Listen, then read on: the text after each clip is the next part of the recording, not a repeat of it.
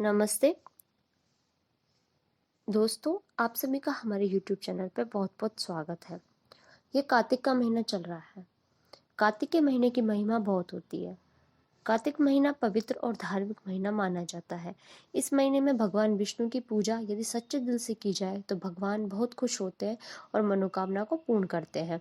कार्तिक के महीने में कार्तिक मास की कथाएं और कार्तिक महत्व सुनने से भगवान श्री हरि विष्णु जी की कृपा मिलती है।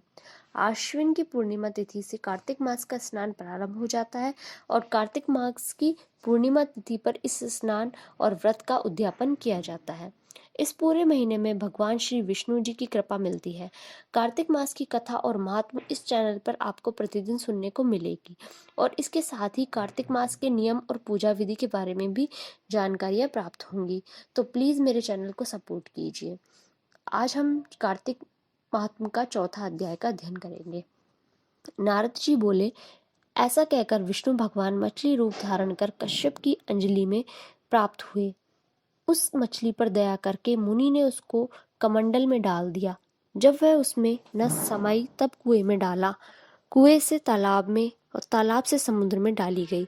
तब मत्स्य रूपधारी भगवान शंखासुर को मारते हुए और अपने हाथ में दबाकर चंद्रीवन को गए और वहां सब ऋषियों को बुलाकर भगवान बोले कि जल के भीतर वेद निगमन हो गए हैं। तुम उन्हें ढूंढो और शीघ्रता पूर्वक जल में से निकालकर रहस्य समेत ले आओ। तब तक मैं तुम सब देवताओं समेत प्रयाग में निवास करूंगा। नारद जी बोले, तब तपोबली उन मुनियों ने बीज और यज्ञ मंत्रों सहित वेदों का उद्धार किया। उन ऋषियों में से जिसने जो निकाला वह भाग उसी ऋषि के नाम से प्रसिद्ध हुआ।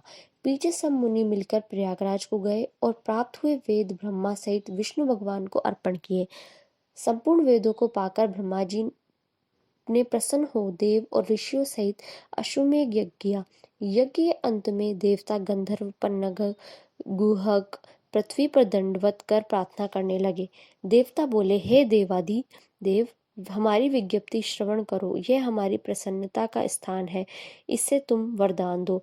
हे रमापते, इन ब्रह्मा जी ने इस स्थान में नष्ट हुए वेद फिर पाए और हमने यज्ञ के भाग प्राप्त किए। इसलिए आपके प्रसाद से यह स्थान पृथ्वी में अत्यंत श्रेष्ठ हो और पुण्य देने वाला हो और यह महीना भी ब्रह्म हत्या आदि को दूर कर अक्षय फल देने वाला हो।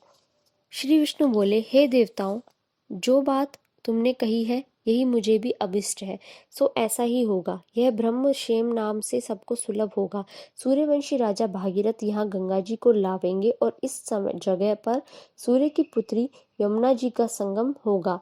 जो पुरुष अपने पितृश्वरों को यहाँ श्राद्ध करेंगे उनके पितृगण मेरे स्वरूप को धारण करेंगे। मकर संक्रांति माघ मास में प्रातः काल स्नान करने से उनके दर्शन मात्र से ही संपूर्ण पाप ऐसे नष्ट हो जाते हैं जैसे सूर्य से अंधेरे का नाश हो जाता है और उनको मैं सलोक्य, सामीप्य और सारूप्य इन तीनों प्रकार की मुक्ति क्रम से देता हूँ।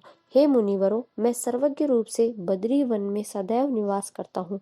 जो फल और स्थान 100 वर्ष में मिलता है वह तुमको वहाँ एक दिन में ही प्राप्त होवेगा। उस स्थान के दर्शन करने वाले मनुष्य जीवन मुक्त हो जाते हैं।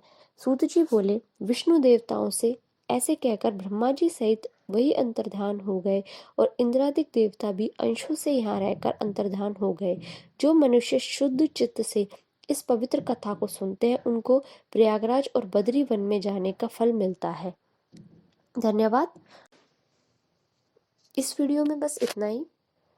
हम अगली वीडियो में इसके 5वें अध्याय का अध्ययन करेंगे। प्लीज़ आपको यदि मेरी वीडियोस पसंद आ रही है तो प्लीज़ मेरे चैनल को सब्सक्राइब कीजिए, मेरी वीडियोस को लाइक कीजिए और शेयर कीजिए और कमेंट सेक्शन में बताइए कि वीडियो कैसी लग रही है आपको। तो प्लीज़ मुझे सपोर्ट कीजिए।